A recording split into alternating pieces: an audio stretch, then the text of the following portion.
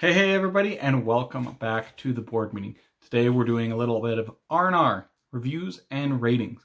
But unlike most of the time, I'm not doing multiple games. I'm going to be taking a look at the big box campaign expansion for Marvel Champions, Galaxy's Most Wanted. And in this box, there comes two heroes with Rocket, Raccoon, and Groot. And then you're playing against 5 different scenarios, with Ronan the Accuser being the big bad guy. Let's jump right into it, looking at our first hero, Rocket Raccoon. Rocket Raccoon is all about his weapons. He has a bunch of weapons in his deck, and most are restricted, and they will help you do pretty good damage consistently each turn.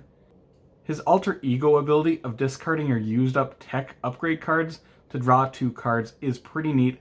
Then to go to his hero ability of whenever you deal excess damage to enemies, you draw a card. So there are turns you can have a huge number of cards in your hand if all things work out. He is a pretty fun character, and I'll give him an 8 rating, and I can see myself pulling him out of the box pretty frequently. Next, let's talk about the other hero in this box, Groot. Groot is 100% about his growth counters. His alter ego form lets you put 2 growth counters on him, and you're going to want to be switching to his alter ego form regularly with him to get those growth counters up. Then in his hero form, you can prevent damage by using up those growth counters as they are acting as a shield to him. But maybe you don't want to use those growth counters because he has cards that will do a number of damage or remove a number of threat depending on how many counters are on him. So he can have these huge turns where he really swings the battle in your favor. I like him quite a bit, but I still don't like him as much as Rocket, so he's getting a 7.5 rating.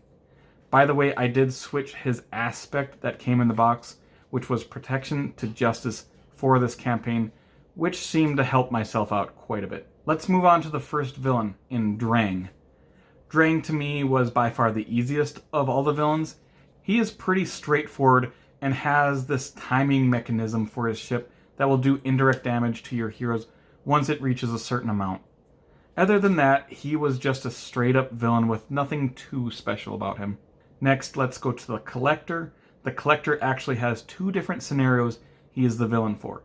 In the first villain, you will be breaking into his museum, while in the second, you will be trying to escape. In the first scenario, you will be trying to defeat him before he gets so many cards into his collection, or of course, too much threat on the main scheme, or you die. He will be making you put some of the cards you control into his collection, and even some of his own go in there as well. If you can survive, you then move on to his second scenario.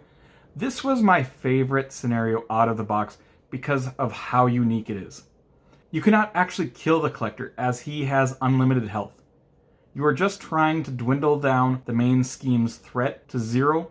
This was a pretty difficult scenario for me, and after I tried it a few times without success, I went and switched Groot to the Justice aspect and moved around some of Rocket's aggression cards. I then won, but it was out of pure luck, I think. But let's take a look at Nebula now.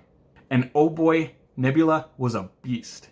She has these attachments that give her unique little abilities before being discarded, and these can add up fast onto her. She also gets her own ship, which will get a counter every round, and the number of counters determines how much threat goes onto the main scheme each round. I lost to threat so many times playing against her. This was not an easy scenario by any means. Now let's move on to the big bad guy of the box with Ronan. Ronan the Accuser is just absolutely ruthless.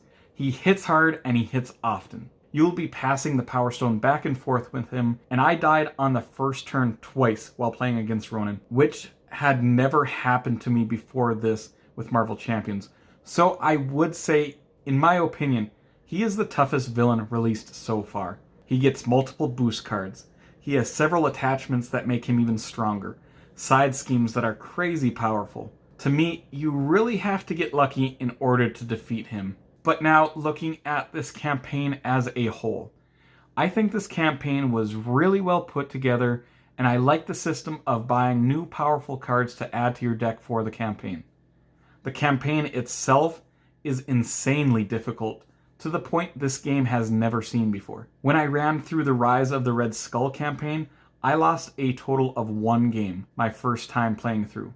I think for me to complete all 5 scenarios in this campaign, it took me close to 30 plays. Even when I won, it was because I would get pretty lucky with card draw on my phase and on the villain phase. In this box alone, I would say there are 3 or 4 of the toughest villains we have had. So even though I think this campaign was well put together and you get a ton of content, I'm giving this campaign a 7, which is a pretty low score for anything Marvel Champions for me. But it is only because this campaign doesn't fit the playstyle I enjoy the most with Marvel Champions. I play this game very casually and prefer that I win more than I lose. I like to feel like a powerful superhero playing this, and in this campaign I felt like I was at its mercy. You will most likely have to tweak your decks to try and min-max them to be as efficient as possible to even stand a chance against these villains.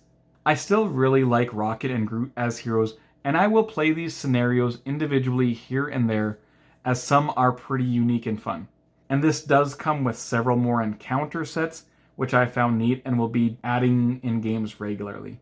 So as far as the box itself outside of the campaign, I would give this an 8.5, and I really like it. But like I said, I won't be playing through this campaign again, unlike the Red Skull campaign where I've played through that multiples of times. All in all, if you like tough and hard games, this campaign might fit you perfectly, and you do get a ton of content in this box like I've said.